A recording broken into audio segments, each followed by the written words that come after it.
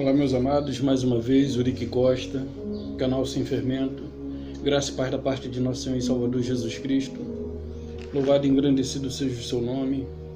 Agradeço por mais uma oportunidade de estar aqui diante de vocês para, junto, pensarmos a respeito do que diz a palavra. Bom, quero agradecer a vocês que têm assistido o canal. Quero agradecer o André Pimentel, do Graça Pura, que se dispôs lá a dar uma olhada no meu canal. Seja muito bem-vindo, André, que você também possa se tornar um inscrito, para que assim o canal possa alcançar um número maior de pessoas também. Eu, diferente dos que pregam a graça pura, eu não tenho teologia. Dos que pregam a graça, na verdade, dos que pregam o evangelho da graça, eu não tenho teologia. Eu não sou seminarista, eu não sou teologando, eu não sou pastor. Eu era apenas um membro de banco do qual foi despertado com esse propósito. Claro que tudo para mim é muito novo, provavelmente eu também cometerei erros, mas eu não tenho nenhum problema de voltar atrás. Eu não tenho o menor problema em reconhecer o meu erro e voltar atrás. Então, o que acontece hoje no nosso meio é que as pessoas dão crédito para aqueles que... Só um momento, pessoal. É que as pessoas dão crédito para quem tem um anel no dedo, um canudinho embaixo do braço e tem aquela foto tirada com os amigos, né, na formatura, com aquela beca preta. Então, tendo dito isso para vocês, eu espero que vocês considerem o fato de eu não ser um teólogo, de eu não ser um pastor. Assim, eu não conheço todas as histórias, mas aquilo em que eu tenho entendimento, isso eu compartilho com você. E quero agradecer também a você que tem assistido os vídeos, tem deixado o seu like, tem se esforçado para que outras pessoas também assistam os vídeos. E se essa mensagem tem edificado a sua vida, compartilhe para que outras pessoas também possam receber esse alimento e se libertarem e ganharem substância para romperem com o sistema religioso. E também quero pedir a você que ainda não se inscreveu, que se inscreva. Ative o sininho, receba a notificação e ajude a divulgar compartilhando com seus amigos e familiares, para que também eles tenham acesso ao assunto abordado aqui no canal e que o assunto aqui possa de fato e de verdade edificar a vida de vocês, libertando a sua mente, dando entendimento de fatos que é mencionado, porém não explicado. Aqui eu mesmo não tendo o conhecimento teólogo, por uma coisa é certa, meus amados: Deus não se estuda. Você não pode dizer que estudou Deus. Ninguém estudou a Deus. Ninguém estudou a Deus. Por exemplo, quem é que sabe as coisas do Senhor, senão o Espírito do Senhor que nele está? Nós temos a mente de Cristo. Para nós termos o entendimento, é necessário que o Espírito do Senhor nos revele. Não adianta eu ir com a Bíblia para uma escola e pegar um professor que tem um determinado conhecimento e me explicar a letra. A letra nesse sentido mata. É nesse sentido. E estudar somente a letra, sem ter o entendimento, a revelação do que diz as letras. Ok? Então, eu queria pensar com vocês diversas coisas, assim, que eu tenho visto no meio religioso. Uma pessoa me perguntou assim: poxa, como é que você diz que não tem mais pecado? Eu falei: não é eu que digo, a Bíblia diz isso. E mostrei para ela na Bíblia, fui lá, mostrei. Porque quando havia lei, o pecado, né, foi levado em conta até a lei, e depois, não tendo lei, não tem pecado. A pessoa não entendeu que o pecado ali é referente ao ato de desobediência que Adão cometeu contra o Criador. Adão, tendo cometido o ato de desobediência contra o Criador, ele trouxe para si uma condenação. E essa condenação atingiu a todos os que nasceram depois de Adão, até que Cristo se manifestou para remover a desobediência de Adão, se fazendo segundo Adão, se colocando na condição de Adão para obedecer aquele que determinou que Adão não comesse do tal fruto.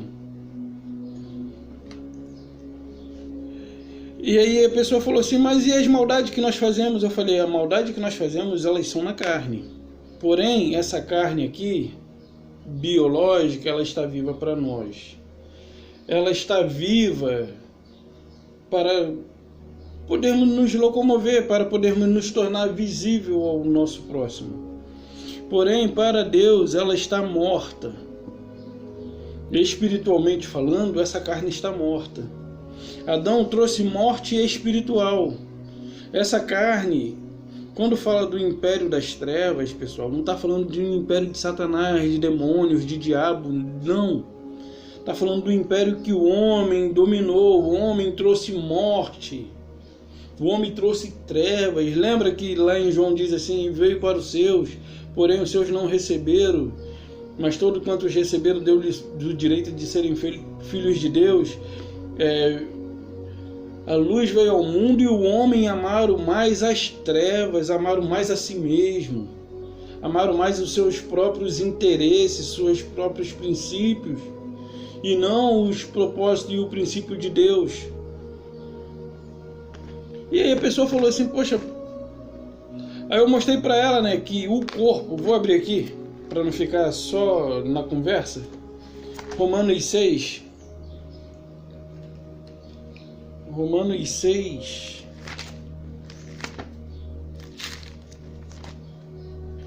Bom, hoje eu gosto de falar de assuntos variados, diversos. Romanos 6. Se eu não me engano é 6:6. Ah, sim, isso mesmo. Sabendo isto, que foi crucificado com ele nosso velho homem, para que o corpo do pecado seja destruído, e não sirvamos mais o pecado como escravo. Romanos 6:6. O corpo do pecado foi destruído. O que Adão trouxe a todos os homens? Morte. O que Cristo trouxe a todos os homens? Vida. E esse corpo aqui, biológico, para Deus, ele está morto.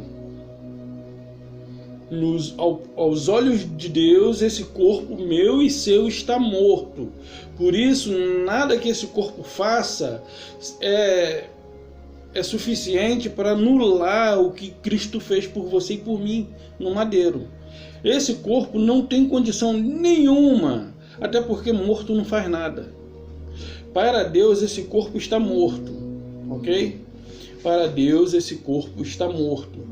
Porém, quem trouxe morte para esse corpo? Adão.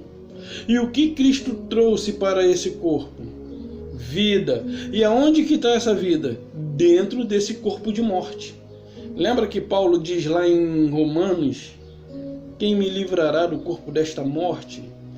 Eu não lembro a passagem agora, mas é Romanos. Quem me livrará do corpo dessa morte? Então, Adão trouxe morte para esse corpo. Cristo trouxe vida, e ele colocou essa vida que ele trouxe dentro desse corpo morto. Aos olhos espiritual, esse corpo é morto. Aí você diz assim, aí a pessoa falou assim, mas e os seus pecados? Eu falei, eu não nasci em pecado. Quem nasceu em pecado foi Davi. Quem nasceu em pecado foram aqueles que viveram antes do madeiro. Aí é interessante que eles não conseguem compreender, por mais que a gente explique minuciosamente, detalhadamente, eles não conseguem compreender. Não conseguem, porque eles olham para as circunstâncias, eles não conseguem compreender que o reino é espiritual, que a vida e a ressurreição que ele trouxe a todos é na esfera espiritual. E ele participou nesse corpo, assim como nós também participamos, Ou seja, melhor, né? Assim como os filhos participam do corpo, ele também participou, para que por meio dessa participação ele destruísse aquele que tinha o poder da morte, a saber, o diabo. Ou seja, ele desfez as obras ou não desfez as obras do diabo. Ele veio com um propósito. João Batista disse: eis o Cordeiro de Deus que tira o pecado do mundo. Eu pergunto para você, ele tirou ou ele não tirou? Se ele não tirou, então há uma falha. Será que ele conseguiu deixar algo por fazer? Você crê que esse Deus a quem você serve é poderoso? E que o que ele fez na cruz foi uma vez definitivamente por todas? Foi uma vez e por todas, definitivamente? Eu creio que o que ele fez na cruz, e quando ele abre a boca e diz: está consumado. Ou seja, não ficou nada por fazer. Não ficou nada. Nada quer dizer nada. Não ficou nada por fazer. Está consumado. Aí vem alguns e dizem: e a nossa parte? A minha parte é descansar naquilo que ele conquistou para mim. Porém, quando você vai para a religião vai pôr sobre seus ombros. Lembra lá de Mateus 23? Vamos dar uma olhadinha lá em Mateus 23? Adoro esse Mateus, cara. Essa parte de Mateus aqui, pessoal, abençoados. Essa parte de Mateus aqui, abençoados, é tremenda. Eu gosto muito. Mateus 23, ele diz assim, ó: então falou Jesus às multidões e aos seus discípulos. Na cadeira de Moisés se assentaram os escribas e fariseus. Fazei e guardai, pois, tudo quanto ele vos disserem. Porém não imiteis nas suas obras, porque dizem e não fazem.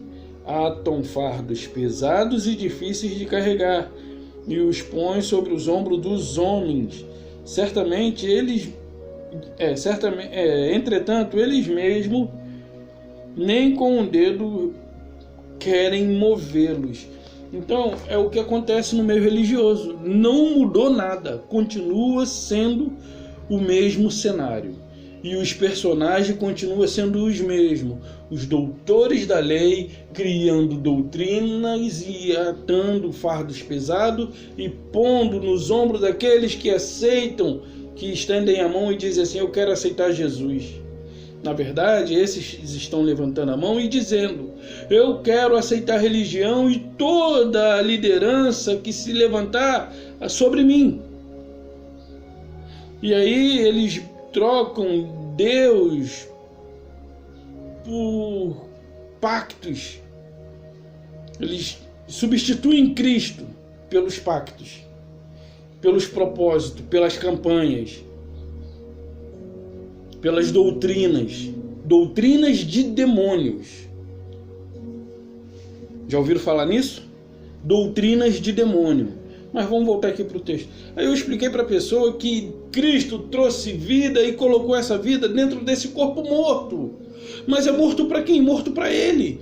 E eu e você temos que mortificar esse corpo, essa carne, que ela jamais se renderá ao domínio de Cristo. Ela jamais se converterá, ela jamais aceitará Deus sobre ela. Essa carne aqui, eu e você temos que mortificar diariamente. Porém, só seremos capazes de mortificar essa carne com a vida que se encontra aqui dentro. E qual é a vida que se encontra aqui dentro?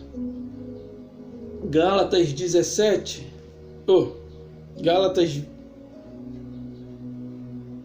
3, acho que é Gálatas 3, 27. Vamos dar uma olhadinha. Abriu em cima, agora vamos ver se é isso mesmo. Estou em Gálatas 3. Sim, porque todos quanto foste batizados em Cristo, de Cristo vos revestiste. E quando é que nós fomos batizados em Cristo? Olha só, Cristo ele morreu matando aquela carne e ressuscitou num corpo glorificado, de acordo? ressuscitou num corpo glorificado. Mesmo que ele tenha usado o corpo do Nazareno, não quer dizer que ele é espiritismo. Ok? Não quer dizer que é reencarnação. Parece ser, mas não. Ali foi uma ressurreição específica, porque ele prometeu e ele tinha que voltar no corpo do Nazareno para que seus seguidores pudessem crer no seu propósito, nas suas promessas. Ali é algo específico e necessário. Então, quando é que nós fomos batizados em Cristo? Vamos voltar lá para Romanos 6. Vamos voltar para Romanos 6, agora versículo 3.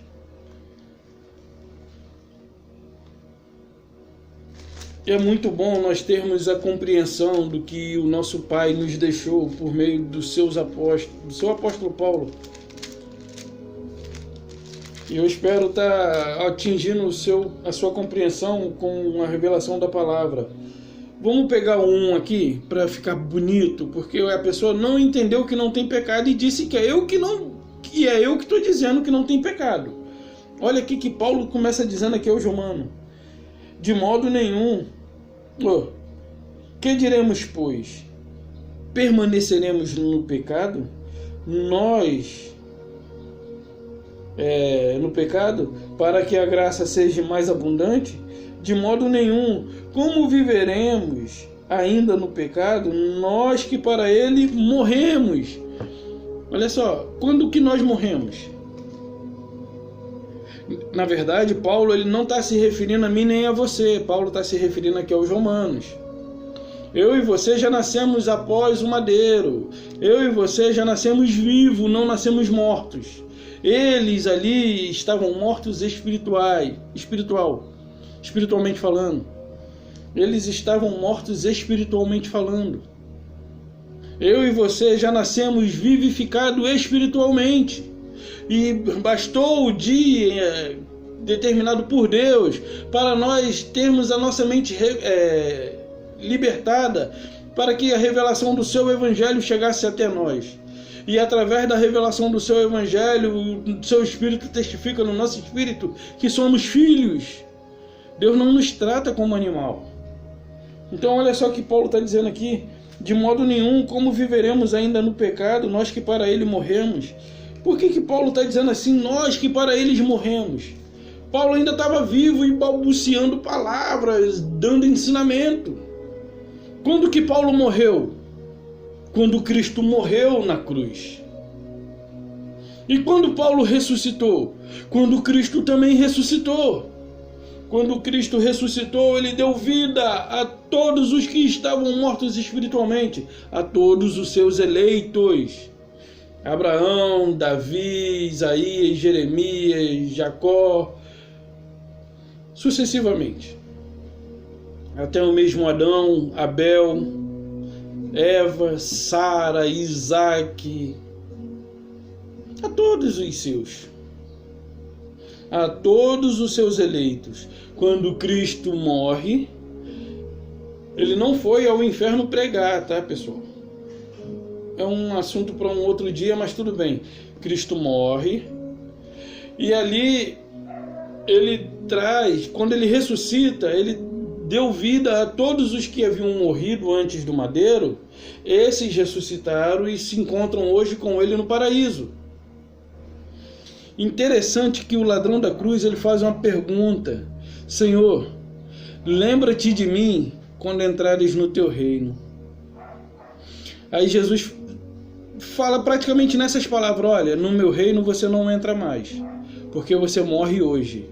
Mas uma coisa eu te digo, você estará comigo no paraíso. Por que que ele não pôde entrar no reino? Porque o reino é aqui e agora. Já estamos no reino.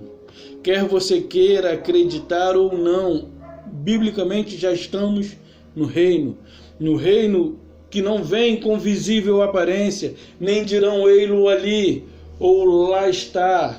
Mas o reino de Deus está dentro de nós, ou dentro de vós, foi o que Lucas disse lá na época. Mas o reino de Deus está dentro de nós e a todo tempo nós podemos exercer as funções de um cidadão do reino, mas somente aqueles que têm o reino dentro de si. E somente têm o reino dentro de si os que tiveram as suas mentes liberta do engano da religião, que vive na prática de ter que pagar preço, anulando todo o sacrifício de Cristo por você. Ele nos chamou para a liberdade, não para a libertinagem. Ele libertou o meu espírito. A minha carne não. A minha carne, ela não se submete a Deus. A sua carne também não se submete a Deus. Mas vamos voltar aqui. Eu ainda nem cheguei lá onde eu queria, né? Aí diz assim: de modo nenhum, como viveremos ainda no pecado, nós que para ele morremos? Ou porventura não sabeis vós? Ou porventura ignorais que todos nós que fomos batizados em Cristo, fomos batizados na sua morte? A igreja da religião vai dizer assim: não, calma aí, não é isso não, tem que fazer a exegese. Bom, mais claro do que isso, como Paulo está dizendo aqui, que diremos, pois, permaneceremos no pecado, para que a graça seja mais abundante? Como viveremos? De modo nenhum. Como viveremos nós no pecado? Como viveremos ainda no pecado? Nós que para ele morremos. Morremos? Paulo morreu? Paulo quis dizer que Cristo, como nosso substituto, ele nos matou indo à cruz. E quando ele ressuscitou, ele nos deu vida juntamente com ele. E é o que Paulo diz lá em Gálatas 3:27. Porque todos quanto fostes batizados em Cristo, de Cristo vos revestiste. Então, quem quer que tenha sido batizado na morte de Cristo, todos quanto foram batizados na morte de Cristo se revestiram. E fica muito mais bonito quando Paulo diz assim: aquele que se une ao Senhor é um só espírito com o Senhor. O que Paulo quis dizer? Nós somos Cristo. Somos Cristo. Por isso Paulo disse: já não sou mais eu quem vive, porém Cristo vive em mim. E isso você não vai conseguir ver um cristão falando isso, porque eles não compreendem.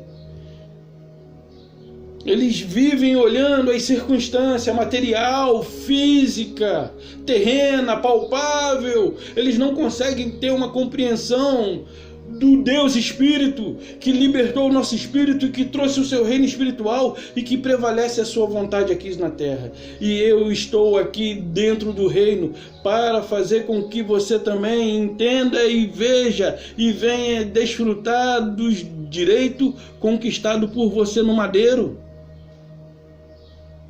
Ele conquistou o descanso, a paz, a justiça, a alegria, a saúde, a prosperidade. Não falo prosperidade financeira exorbitante como nós temos visto aí. Se ele quiser que você seja próspero, você vai ser. Mas a prosperidade verdadeira é espiritual, pessoal. Porque chega de viver uma miséria espiritual. Lance-se nos braços desse Pai maravilhoso, que te deu um espírito que deve clamar: Abba, Pai. Então a pessoa ela não entendeu, ela não conseguiu entender e ficou me chamando de herege, mas eu até gosto que me chamem de herege, porque isso me coloca dentro do contexto bíblico, porque o Cristo também era herege na época dele. Cristo veio e ensinou tudo contra o sistema que estava estabelecido no momento. E aí ele levanta seus discípulos sem envolvimento nenhum com a religião. E eu não sei o que vocês veem, que vocês vão atrás da religião. A religião pegou o conhecimento de Cristo e levou lá para dentro, estabeleceu regras. E pegou alguns com determinado conhecimento, fez teologia, conhecimento da letra, coisa do tipo.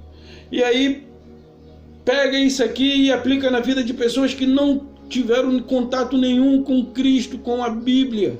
E aí essas pessoas passam a ter contato através da religião da qual elas estão fazendo parte. Eu perdi 21 anos da minha vida fazendo parte desse sistema. Antes eu tivesse feito qualquer uma outra coisa. Talvez os dízimos que eu dei tivesse sustentado, bancado para mim uma faculdade.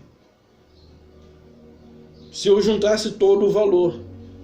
A minha vontade hoje seria colocar na justiça e reaver tudo aquilo que eu dei, corrigido monetariamente. A minha vontade é essa, não sei se tenho direito, porque eles têm aí instituição filantrópica, não botam arma na cabeça, dão porque querem. Mas se tiver algum advogado aí que me ouve e eu tiver direito, entre em contato, porque esse é meu propósito. Porque eu posso reverter esse valor em outras coisas.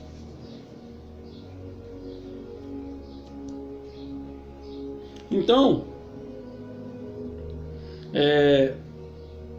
a pessoa ela não compreendeu ainda, mas tudo bem. Lá dentro eles pegaram isso aqui e aplicam na vida das pessoas. Outro dia eu vi uma pessoa falar assim: até aqui nos ajudou o Senhor. Aí eu passei, né? Eu fiquei assim, como pode? Como é que pode uma coisa dessa? A pessoa, ela parou no tempo. Josué conseguiu parar o sol, mas o sol voltou ao seu movimento. O sol voltou ao seu movimento. O sol parou por um momento para que Josué conquistasse aquela batalha. Parou por um tempo determinado. E a pessoa falou para outra assim, claro, tem que ser pentecostal, né? Eles são pentecostal. E aí falou assim, até aqui nos ajudou o Senhor, Ebenezer. Aí eu parei e pensei assim, eu falei, quem disse isso? Foi Josué. Josué disse isso.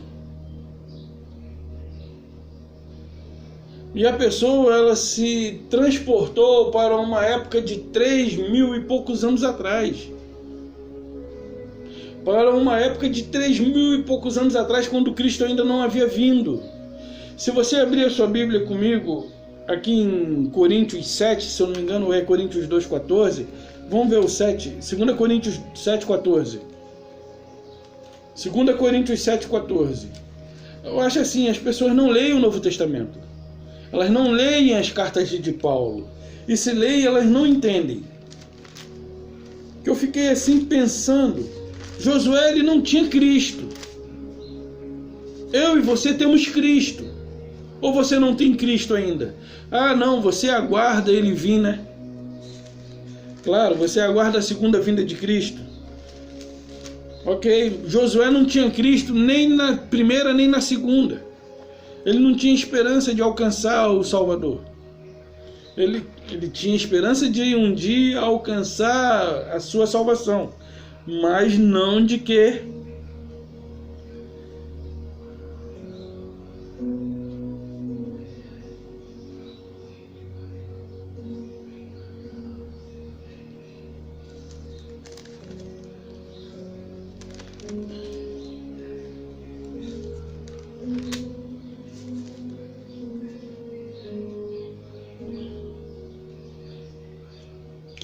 não é 2 Coríntios 7, é 2 Coríntios 2,14. Ok? 2 Coríntios 2,14. Então, pessoal, a pessoa falou assim, Ebenezer, até aqui Cristo nos ajudou. E quantas vezes você não presencia pessoas falando da mesma forma? Quantas vezes? Eu, quando andava no meio da religião, que tinha mais contato com eles, via isso com muito mais frequência. Mas hoje, entendendo que eu tenho Cristo em mim, e que Cristo morreu por mim, e que conquistou o direito de liberdade, de prosperidade, né? Eu não falo mais isso. Porque isso, primeiro, quem falou foi Josué. E Josué era de que linhagem? Ele era um judeu. Josué provavelmente era da tribo de Judá, né? Não lembro a tribo da qual ele fazia parte, mas tudo bem, deixa quieto. Graças, porém, a Deus que em Cristo sempre nos conduz Aí a pessoa falou assim: até aqui Cristo nos ajudou. Aí eu pergunto: e amanhã? Não sei. Josué falou isso. Até aqui até aqui o Senhor nos ajudou. E amanhã, Josué? Não sei. Aí eu pergunto para você hoje, crente, se Deus te ajudou até aí, e amanhã? Vai depender do que você faz. Poxa, não, dei dízimo, tomei Santa Ceia, estou em comunhão com Deus esse mês. Então Deus me ajudou. E amanhã, se você tropicar numa dessas coisas? Aí Ele não vai me ajudar. Que Deus mesquinho. Eu não consigo ver Ele dessa forma. Mas vamos ver aqui. Estamos depois da cruz, pessoal. Não estamos antes dela. Estamos depois. Graças, porém, a Deus que em Cristo sempre nos conduz. Em quê? Que sempre nos conduz em quê? Sempre nos conduz em triunfo e por meio de nós manifesta em todo lugar a fragrância do seu conhecimento. Então, essa pessoa que diz até aqui o Senhor nos ajudou, ela está exalando um cheiro de quê? De morte. Mas aquela pessoa que está em Cristo, Deus conduz essa pessoa em triunfo, levando a sua fragrância por meio do conhecimento que essa pessoa tem.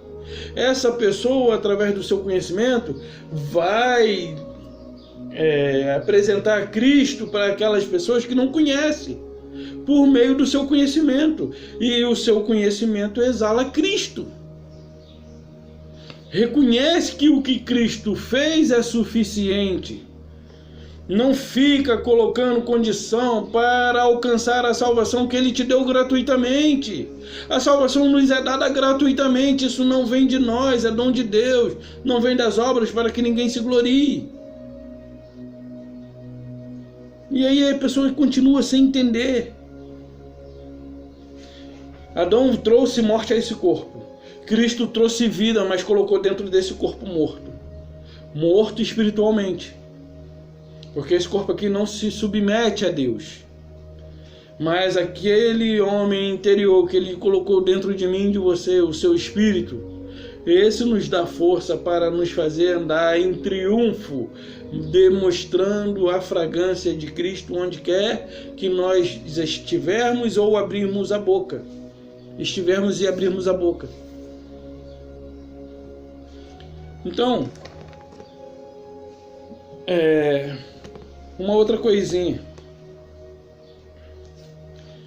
Aí a pessoa falou assim: tudo bem, essa parte aí estou quase entendendo. Mas se eu não contribuir com a igreja, se eu não tomar Santa Ceia ou coisa do tipo, falei, olha só, Santa Ceia, primeiro, não existe biblicamente falando. Santa Ceia seria Páscoa. E quem poderia comer da Páscoa? Só os hebreus. Não era para estrangeiro comer da Páscoa. E se eles quisessem comer, eles tinham que ser circuncidados. Mas era um evento específico para hebreu. Beleza. E se a Santa Ceia é uma palavra que não existe na Bíblia, então Santa Ceia quer dizer que é uma heresia causada pelo sistema. É como se você falasse assim: o pouco com Deus é muito, e o muito sem Deus é nada, e dizer que isso é algo bíblico. A Bíblia não diz isso. Mas você pensa que é um versículo. Isso não vem da Bíblia. E se você quiser atribuir isso à Bíblia, você está cometendo uma heresia. Eu sei que Deus faz o que tem nada prosperar. Eu sei que Deus abençoa um pouquinho. Mas o pouco com Deus é muito e o muito com Deus, sem Deus é nada. Isso não é bíblico. Ok? ok? Não é palavras da Bíblia. Eu sei que Deus ele pode reverter, ele tira o rico do luxo, joga no monturo, tira do monturo e bota nos tronos. Lembra lá de o que ele fez com Nabucodonosor? Tu que debilitava as nações, como caíste, estrela da manhã. Foi vergonhoso. Um homem que conquistava as nações, um homem que era reconhecido por todos os povos ao seu redor, agora ele foi rebaixado a nada, e ele se tornou alvo de vergonha por todos os reis que olhavam para ele. Ó tu que debilitava as nações, estrela da manhã, como caíste do céu? Ou seja, cair do céu aqui é no sentido de autoridade, de poder, de posição, como tu caiu da posição que você se encontrava. E as pessoas pensam que ali está se falando de um diabo espiritual, de um satanás espiritual, de um ser espiritual.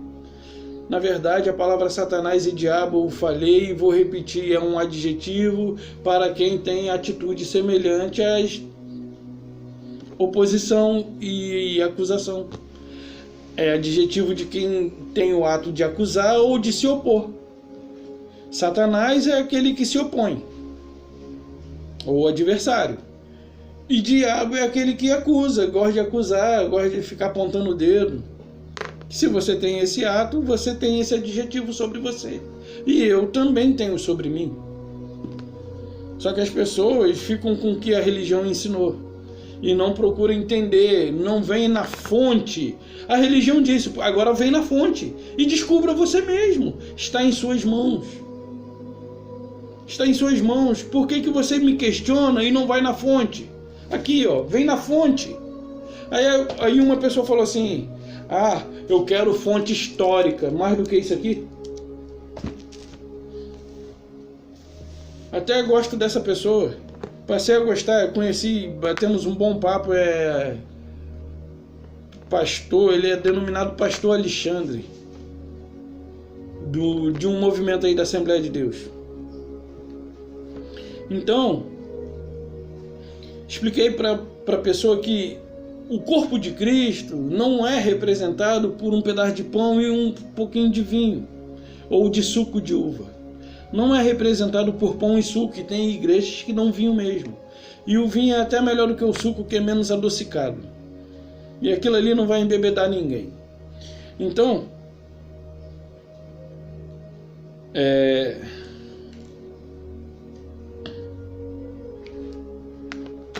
aí eu expliquei para ela que, mas lá em Coríntios 11:23, eu falei, tá bom, você mencionou Coríntios.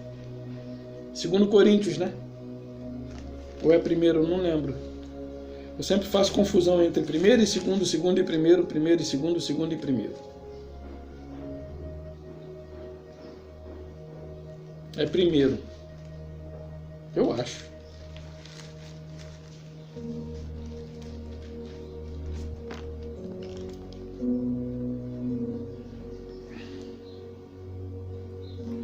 Então, ele perguntou, né? Porque se ele não toma ceia, ele não está em comunhão com Deus. Eu falei, meu pai, essa é uma das piores heresias.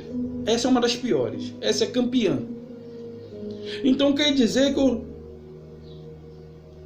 estou em comunhão com o Senhor porque eu como um pedacinho de pão e bebo um suquinho. Muito simples, então. É muito simples, né? Mas eu digo para você que é muito mais simples do que isso. Em comunhão todos nós já estamos. Ou seja, melhor dizendo, em comunhão o mundo já está com ele. O mundo e todos os que habitam no mundo. Claro, em comunhão verdadeira espiritualmente falando, só os eleitos. Só os eleitos estão em comunhão plena com o Criador. Mas o Criador, ele estava em Cristo, reconciliando o mundo. O mundo ali é cosmos, que quer dizer criação. Ele reconciliou a criação que um dia esteve amaldiçoada e desconciliada. Quando Adão peca, ele fala: maldita é a terra por causa de ti. Comerás do teu suor todos os dias, comerás pão do teu suor todos os dias da tua vida, até que torne ao pó, porque do pó vieste, ao pó tornarás. E ali a terra foi amaldiçoada por conta da desobediência de Adão. Mas o segundo Adão, mas esse Deus que se colocou na condição de Adão, e agora para obedecer a ordem que Adão desobedeceu, e ele foi obediente até a morte, e morte de madeiro, ele veio, se submeteu, andou, não usufruiu da sua divindade, do seu poder, para realizar as coisas, para facilitar. Mas não, se submeteu como nós estamos submetidos. E aí, ele, havendo feito isso, e lá em Coríntios, 2 Coríntios 5, isso aqui eu quero ler com você. Agora eu sei, agora é 2 Coríntios mesmo. 2 Coríntios 5. Isso aqui eu quero ler e é importante ler. Ora, tudo provém de Deus, que nos reconciliou consigo mesmo, por meio de Cristo, e nos deu o ministério da reconciliação, a saber, que Deus estava em Cristo,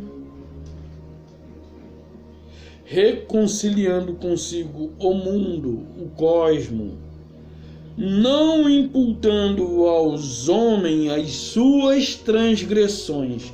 Aí eu fico pensando, né? Deve haver desses líderes aí que são mergulhadores. Por que eu digo isso? Primeiro, o pecado não existe mais. Okay? O que há é a maldade da nossa natureza terrena. O desejo de continuar em desobediência existe ainda em nós, por meio dessa carne.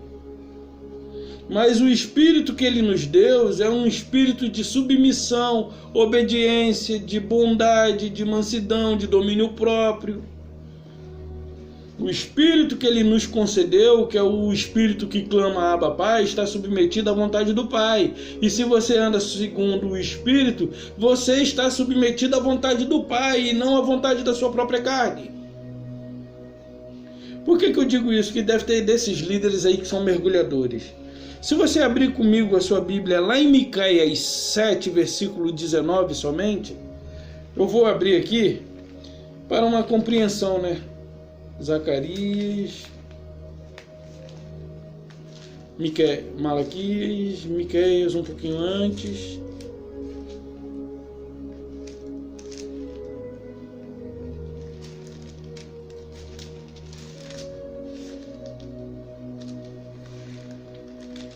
Eita, é melhor pegar o óculos.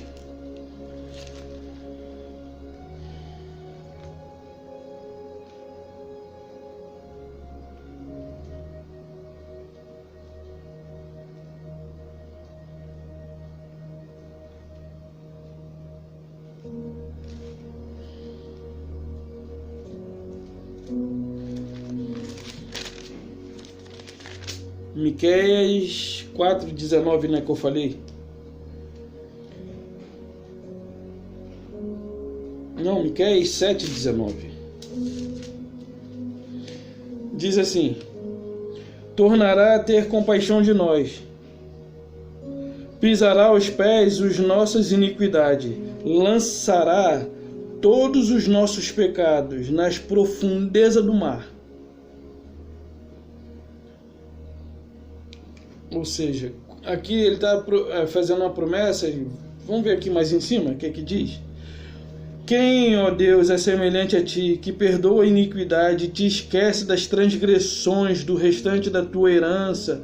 O Senhor não retém a sua ira para sempre, porque tem prazer na misericórdia. Tornará a ter compaixão de nós, pisará aos pés as nossas iniquidades e lançará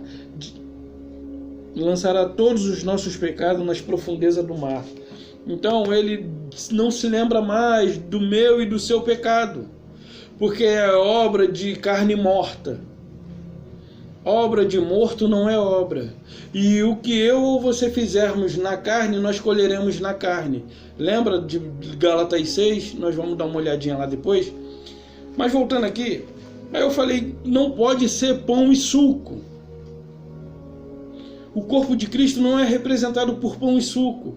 Eu não posso ter comunhão com Ele só pelo fato de comer um pedacinho de pão feito por um padeiro, que provavelmente ainda por cima é católico, se for português.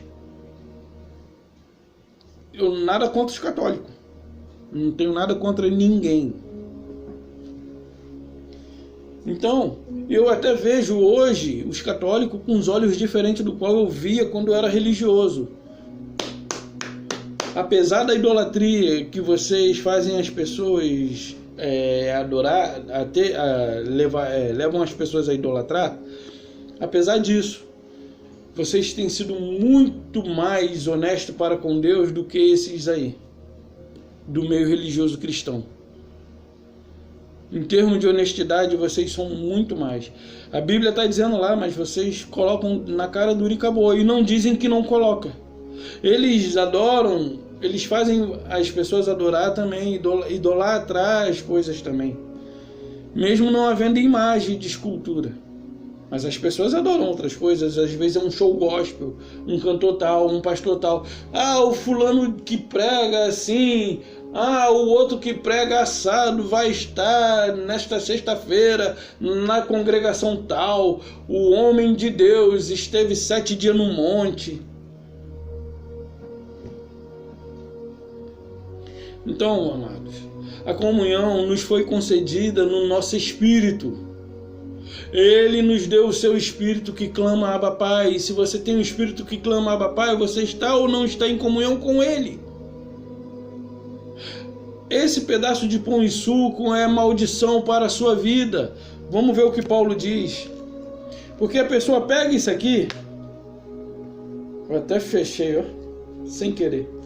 A pessoa pega isso aqui e quer aplicar na vida dos outros, mas não lê o contexto.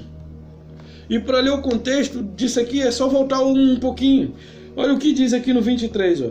Porque eu recebi do Senhor o que também vos entreguei, que o Senhor Jesus, na noite que foi traído... Olha, eu pergunto você, Paulo estava lá? Paulo Senhor com Jesus? Não, Paulo fala, porque eu também entreguei a vocês do que recebi. Paulo não estava lá. Paulo estava trazendo uma exortação a respeito do que estava acontecendo ali. Ali tinha gente rica e gente pobre.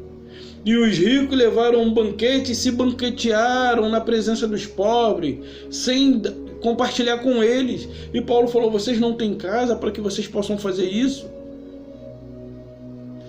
Humilhando aqueles que não tinham. E Paulo exorta eles. Mas aí eles pegam esse pedaço aqui, ó. Senhor Jesus, na noite em que foi traído, tomou o pão e tendo dado graça, partiu e disse, isso é o meu corpo que é dado por vós, fazei isso em memória de mim. Por semelhante modo, depois de haver ceado, tomou também o cálice, dizendo, este é o cálice da nova aliança no meu sangue, fazei isto todas as vezes que beberdes em memória de mim. Aí pega esse pedacinho aqui, aí daqui para frente, né? Porque todas as vezes que comerdes este pão e beberdes este cálice, anunciai a morte do Senhor até que Ele venha. Tudo bem, aqui já tem um ponto para nós analisarmos. Mas vamos ver o contexto? O mesmo capítulo, leia o versículo 17. Nisto, porém, que vos prescrevo, não vos louvo. Vós, não vos louvo, portanto, vos ajuntais não para melhor, e sim para pior. Esse é o contexto. Porque antes de tudo estou informado haver divisões entre vós. Quando vos reunis na igreja, eu em parte creio, porque até mesmo importa que haja partido entre vós, para que também aprovados se tornem conhecidos em vosso meio. Quando, pois, vos reunir no mesmo lugar, não é ceia do Senhor que comeis. Quando, pois, se reunis no mesmo lugar, não é ceia do Senhor que comeis. Porque ao comerdes cada um toma antecipadamente a sua própria ceia, e há quem tenha fome, ao passo que há também quem se embriagasse. Não tendes porventura casa onde comer e beber? Ou menosprezais a igreja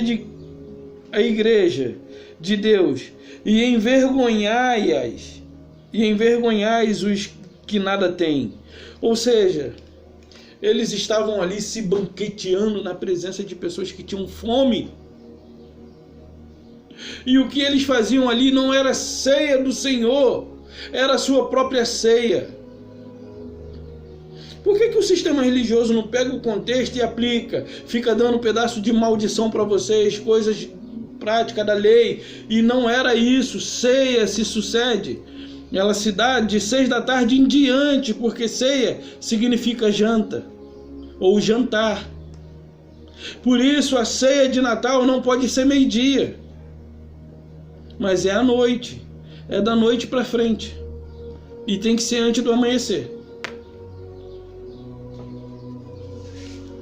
Aí Paulo está dizendo, porventura vocês não têm casa para comer e beber?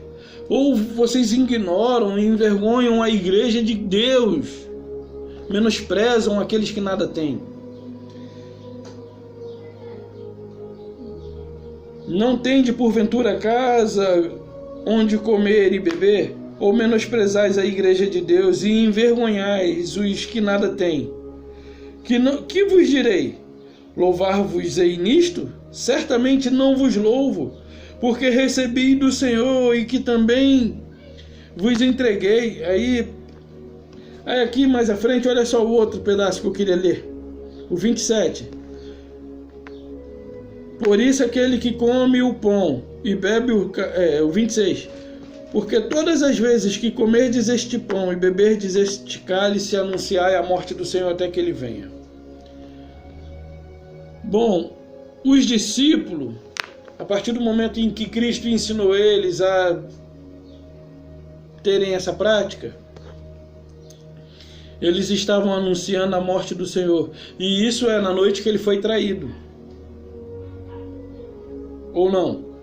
Foi ou não foi na noite que ele foi traído? E por quanto dia ele prevaleceu morto? Claro, ele estava vivo espiritualmente, mas ele ainda não havia se remanifestado ao povo. Ele já havia se manifestado uma vez como Jesus, e agora ele se manifesta como Cristo. Então ele levou 3 dias, e os discípulos praticaram esse ato durante 2 dias. Na sexta e no sábado. No domingo não deu tempo, porque era um anúncio da morte do Senhor até que ele ressuscitasse, ou seja, até que ele viesse novamente. E aí eu pergunto, o que a igreja tem feito hoje, anunciando a morte do Senhor? O Senhor morreu uma vez e não morrerá novamente. Aquele que morreu uma vez, ele não morrerá novamente. Deixa eu ver se eu acho aqui em Hebreus. Acho que é em Hebreus. Só que eu não lembro o capítulo, nem o versículo, para ajudar.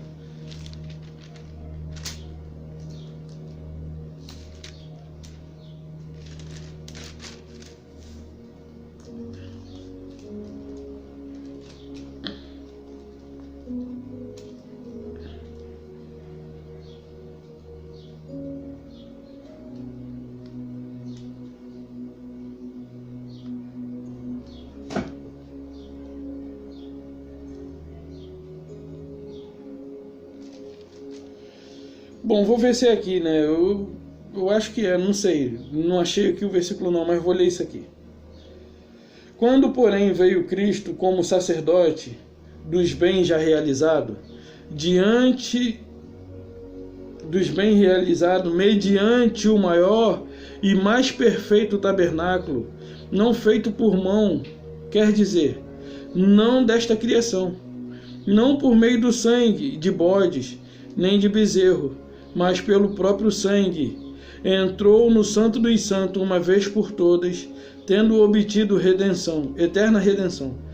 Portanto, se o sangue de bode e de touro e a cinza de uma novilha aspergir-se sobre os contaminados e santificam, quanto mais a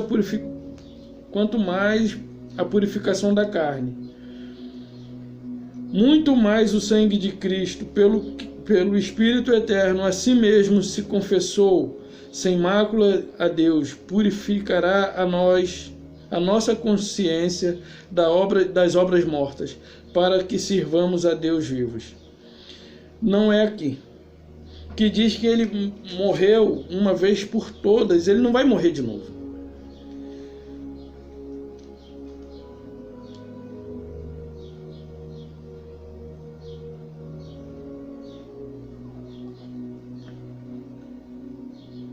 Peraí. Ora, neste caso, seria necessário que ele tivesse sofrido muitas vezes desde a fundação do mundo. Agora, porém, ao se cumprirem os tempos, se manifestou uma vez por todas, para aniquilar pelo sacrifício de si mesmo o pecado. Uma vez por todas. Ele não vai morrer de novo. E a igreja tem tomado pão e suco, como quem diz, anunciando a morte de quem não morre de novo. Eu acho que lá em Romanos também fala que ele morreu e não morrerá novamente. Ele não morre mais. Ele não morre mais. O Senhor da Glória não morre mais para você anunciar a morte dele a cada vez que você toma o pão e suco. E detalhe, não te contaram, ele já veio, ele já ressuscitou. Anunciai a morte do Senhor até que ele venha. Não é que ele venha da maneira que você espera, não, porque ele já veio, só que você foi pego de surpresa. Eu também havia sido pego de surpresa, porém, hoje eu reconheço que isso é muito melhor. A glória da última casa é melhor do que a da primeira. E você vê os cristãos aí, a glória da segunda casa, a glória da segunda casa. Quando é que vai haver uma terceira casa? E aí uma pessoa falou para minha esposa assim: tomara que ele se arrependa a tempo, antes do fechamento da porta da graça. Deus abriu a porta da graça, escancarou e jogou no chão. Essa porta não se fecha mais.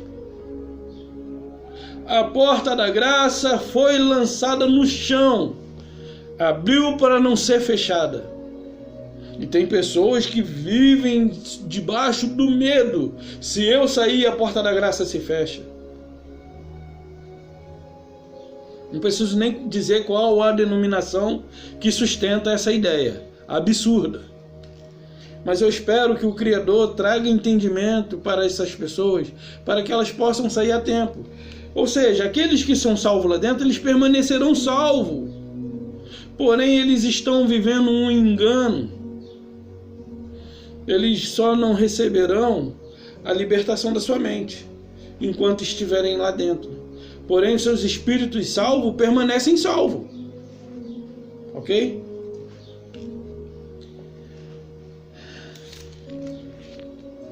Eu sei que anunciar a morte do Senhor até que ele venha é um absurdo. E eu espero ter ajudado você a compreender um pouco. Porque eu tenho visto e aprendido diariamente com o que eu leio, com alguém que eu assisto. Geraldo Moraes, André Pimentel,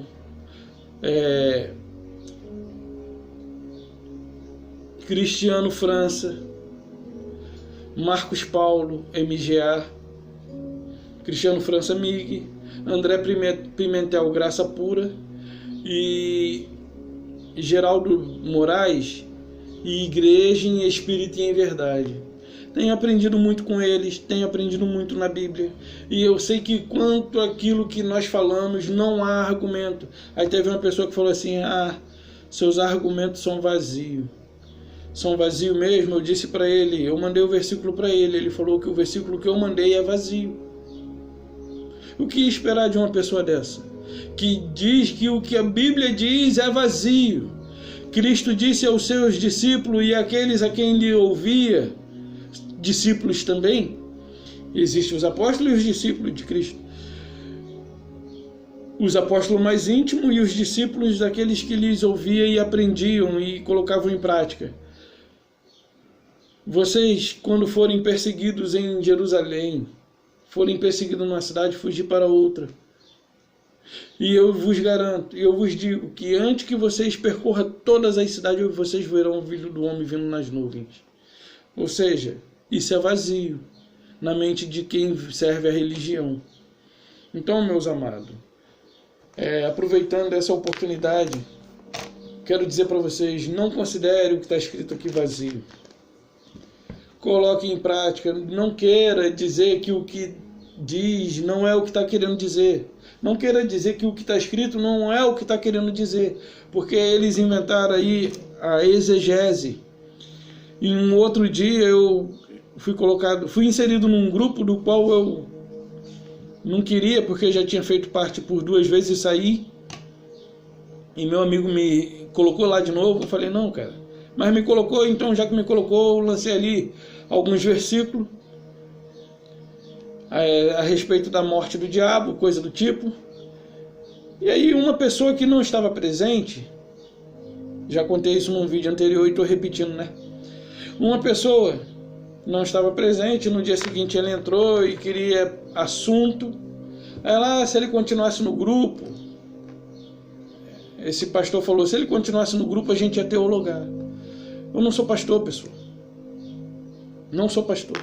Eu nem sei como eu estou encontrando coragem de me expor aqui diante de pessoas estudadas, mas eu não me interesso, não me importo com a letra. Eu me importo com o que o Espírito revela. Porque isso aqui é algo que se discerne espiritualmente. E só quem tem a mente iluminada, os olhos iluminados, é que vão conseguir compreender, que vai enxergar e compreender e aceitar. Mas quem vive dentro da religião e que diz, não, tem que fazer exegese, ele não aceita a Bíblia. Quem faz exegese, para mim, não aceita a Bíblia. Você tem que compreender o texto, entender o que está dizendo. Claro, a exegese está no próprio texto. Você não vai tirar o texto do contexto.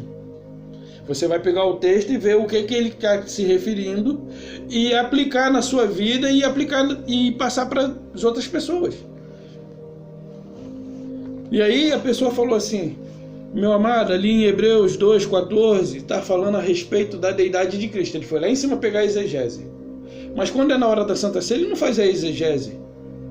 Pega lá o versículo 17 do 1 Coríntios 11, que você vai ver a verdade da Santa Ceia.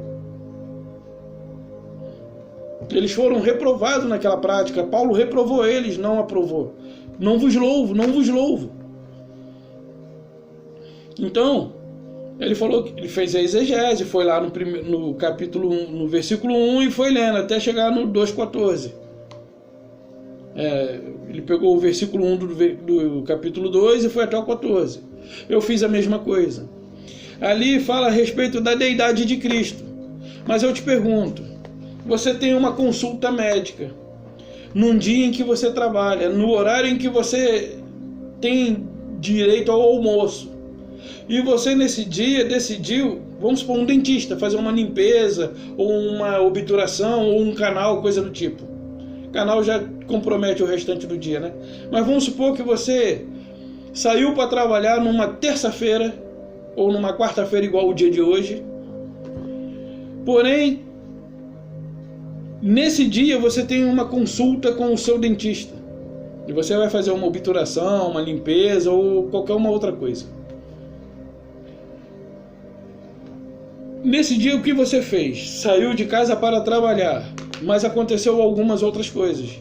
O ônibus bateu, o pneu furou, você viu alguém sendo atropelado, Só tragédia, né, pessoal? Ou então você viu uma pessoa durante o percurso em que você passava de ônibus sendo beneficiada por alguma instituição. Ou então você viu alguém recebendo algum outro benefício onde você chegou. Ou então acontece coisas durante o dia, é como se fosse isso.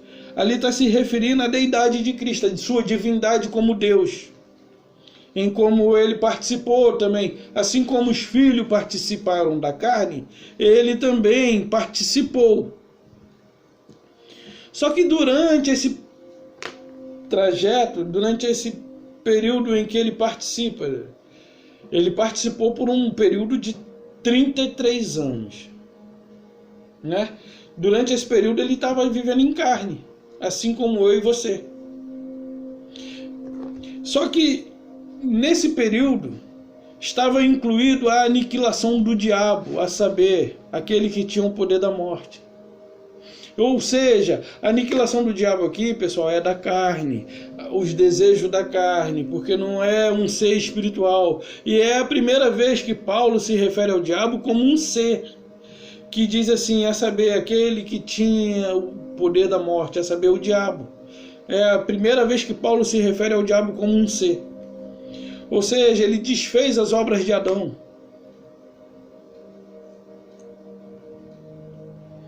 Então, ali se falava a respeito da deidade de Cristo, mas durante esse período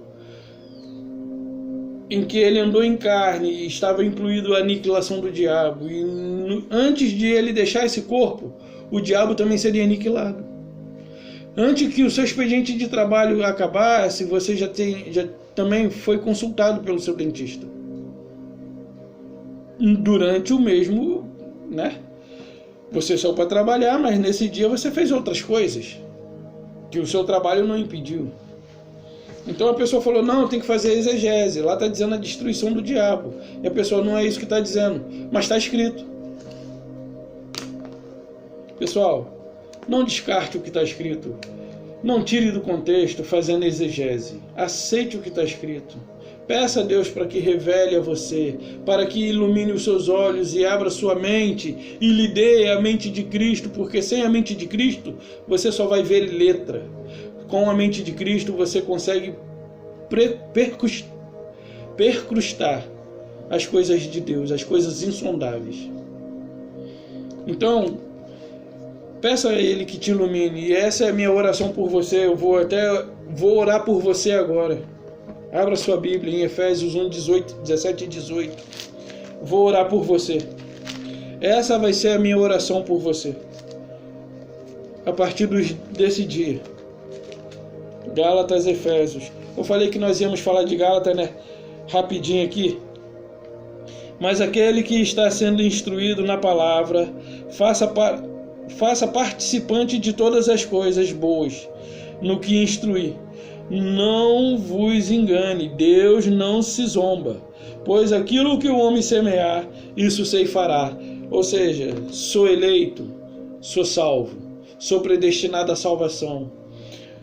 Aí uma pessoa fala assim, então já que a salvação não se perde, e eu já estou salvo, eu posso fazer o que eu quiser? Olha só, Deus não se zomba. Aquilo que o homem semear, isso ele vai colher. O que o homem plantar, ele colhe. O que você semear na carne, você colhe na carne.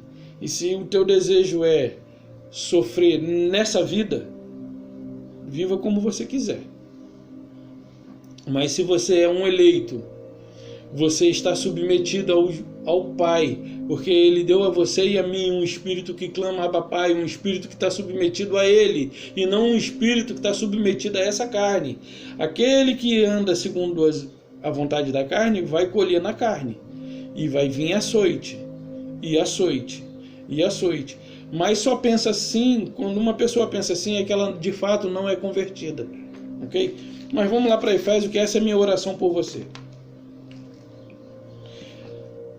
Oremos. Vou fazer disso uma oração. Para que Deus, de nosso Senhor Jesus Cristo, o Pai da glória, vos conceda espírito de sabedoria e de revelação, no pleno conhecimento dele, iluminados os olhos do vosso coração. O coração não tem olhos, então é os olhos do entendimento.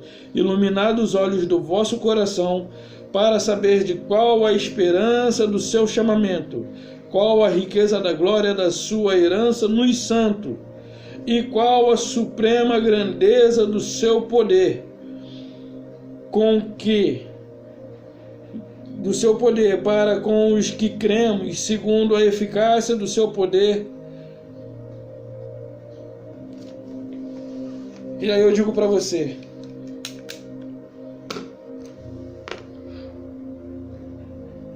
aquele que é infinitamente, para fazer, aquele que é poderoso infinitamente, né? Para fazer tudo além quanto pedimos ou pensamos, né? Deixa eu ver aqui. Eu quero fechar, mas eu quero falar direito.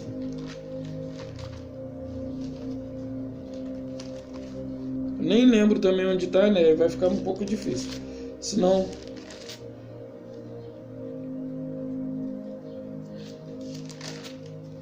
Oh, papai, me ajuda, papai.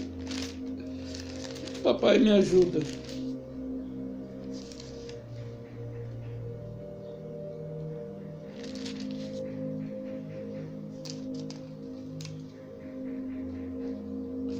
Aquele que é poderoso, Efésios 3:20. Ora, aquele que é poderoso para fazer infinitamente mais do que tudo quanto pedirmos ou pensamos, conforme o seu poder que opera em nós. Conforme o seu poder que opera em nós. O que é o poder de Deus? Hein, pessoal? O que é o poder de Deus? Vamos ver.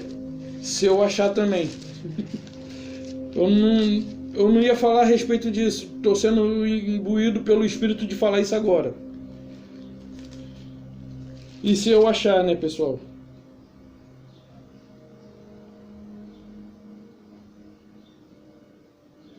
Pois não me envergonho, e caiu em cima.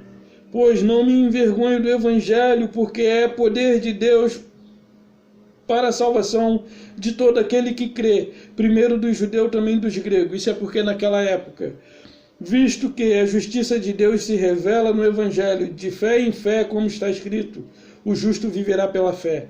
Então, aquele que é poderoso para fazer infinitamente mais, além de tudo quanto pedirmos ou pensamos, segundo o seu poder que opera em nós. E o que é o seu poder? O seu poder é o Evangelho. E se o Evangelho opera em você, e se o Evangelho está em você, esse é o poder de Deus operando através de você e dando a você coisas inimagináveis, além daquilo que você é capaz de compreender, de pensar, de pedir e imaginar.